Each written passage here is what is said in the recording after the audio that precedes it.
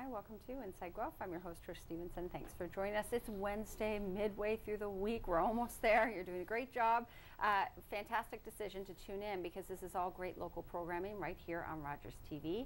Today, a conversation about IBS. It's IBS Awareness Month. We also have what's happening at the Wellington County Museum.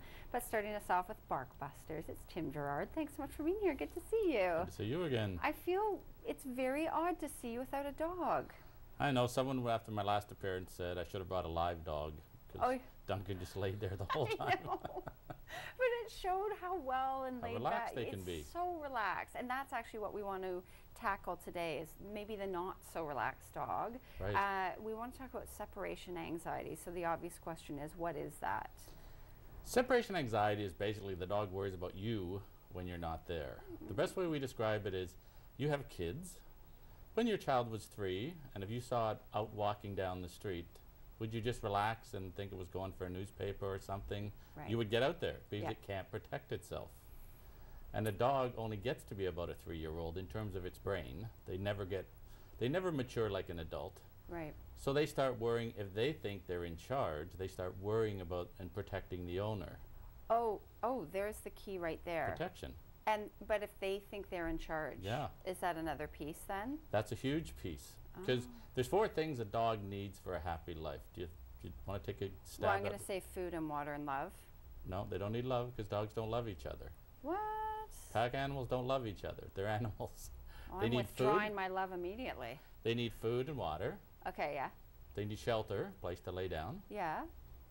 Entertainment, playing around. Okay. And safety and security.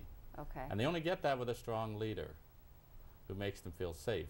And if you have a dog that has the wrong temperament but thinks it's in charge because of how the owners act, then they start worrying about the owners. Doing things like following the owner the minute the owner gets up and leaves, the dog gets right up, follows it right behind. Yeah. Has to keep tabs on the owner. Similar what you would do if your 3-year-old got up and left the room, you wouldn't just sit there. You'd say, what are they doing? They might hurt themselves. Yeah. Okay. It's about an improper pack structure for a dog of that temperament. So if that has already been laid out, can it be fixed? Oh yes, definitely. Okay. But the owner has to commit to changing the way they interact with the dog. Okay. So all of a sudden realizing, okay, you don't control me in any way. Number 1, you don't need to follow me around the house. And a good test to see if your dog has it is separate from the dog when you're home.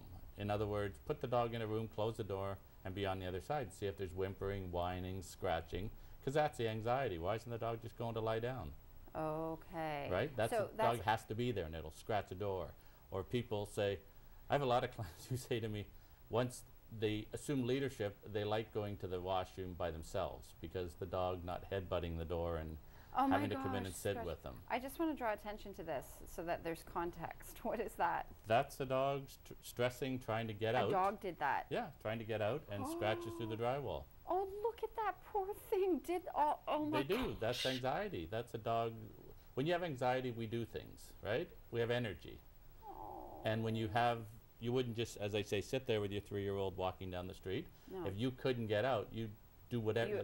To get out. And that's what they're trying to do. They'll wreck crates, Sorry, he got out of his cage? Yeah, and he wrecked it because he had to get there. Boy. Oh, yeah. Oh, it's so anxiety. Oh, look, he looks shameful. It is. And a lot of times what folks will do is they'll go to the vet, and vets are very, very helpful, but they want to medicate. There's different medications that can help a dog calm down, but it's sort of perfume on body odor kind of thing. Right, yeah. You know, as opposed to teaching the dog that, don't worry about me. Okay, so these pictures that we've seen are good examples of your dog is stressed. Yes. So coming home and that happens, that's your flag. Nope. Yeah, that's your flag, but there's nothing you can do. No. Separation anxiety is cured when you're home, not when you're not home. Oh. Because what can you do when you're not there? The dog's ripping the wall, what can you do? Right. You have to do it by starting to separate from when you're home. Okay. By starting to teach a dog, don't follow me. I can get up and go into the kitchen, and you don't need to be right with me. So how do you do that? How do you change into the leader? Well, first, as I say, the biggest thing is stop letting your dog control you. Stop being at your dog's beck and call. Right? Your dog wants petting, I better pet him. He runs to the door, I better run to the door right now. My dog wants to be fed, I better feed him. My dog brings me a toy, I better play with him. The dog controls you. Oh. Dogs are manipulators. We don't realize that. Most folks don't realize that they manipulate because they play by trying to dominate each other, jumping on each other, pushing each other around. Yeah. Okay, Well, they'll do it with owners. But see, this is, oh goodness, because I part share a dog with my parents. Yeah. Long story anyway. But when I said love, that actually, now it's starting to twig, because I said at the beginning of the segment that a dog needs love, is that as a person, I think that that's love. Oh, they brought their toy. I need to show that I love it right away. Right. Oops. But that's not showing the dog you love it. That's if your child brought you something brought you a toy when you were in the middle of something, you wouldn't stop and play with it. No. You'd say not right now. Yeah. But we do it for dogs. We let dogs control us. Oh my goodness. And dogs, when they control, because in a pack, who controls the pack? The leader. Yeah. And usually it's the mother if to it be stays. the leader. Of course, it's the mother, Tim. Come on, Well, we all know that. Exactly. Oh, look at this. I mean, that's hard to say no to. I know that's a different picture from a different segment. We'll do that later. Yeah. Okay, so step by step then being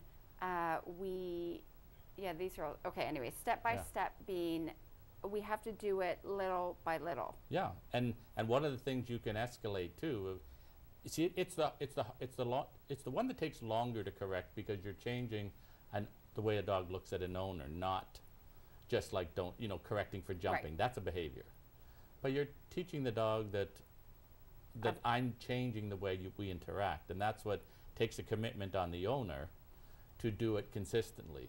Because it's not confident dogs that suffer separation anxiety, it's the timid ones. Because confident ones don't really worry. They don't have to stress like that. No. It's the barkers, and they tend to be barkers. They tend to be timid little things that panic when you leave.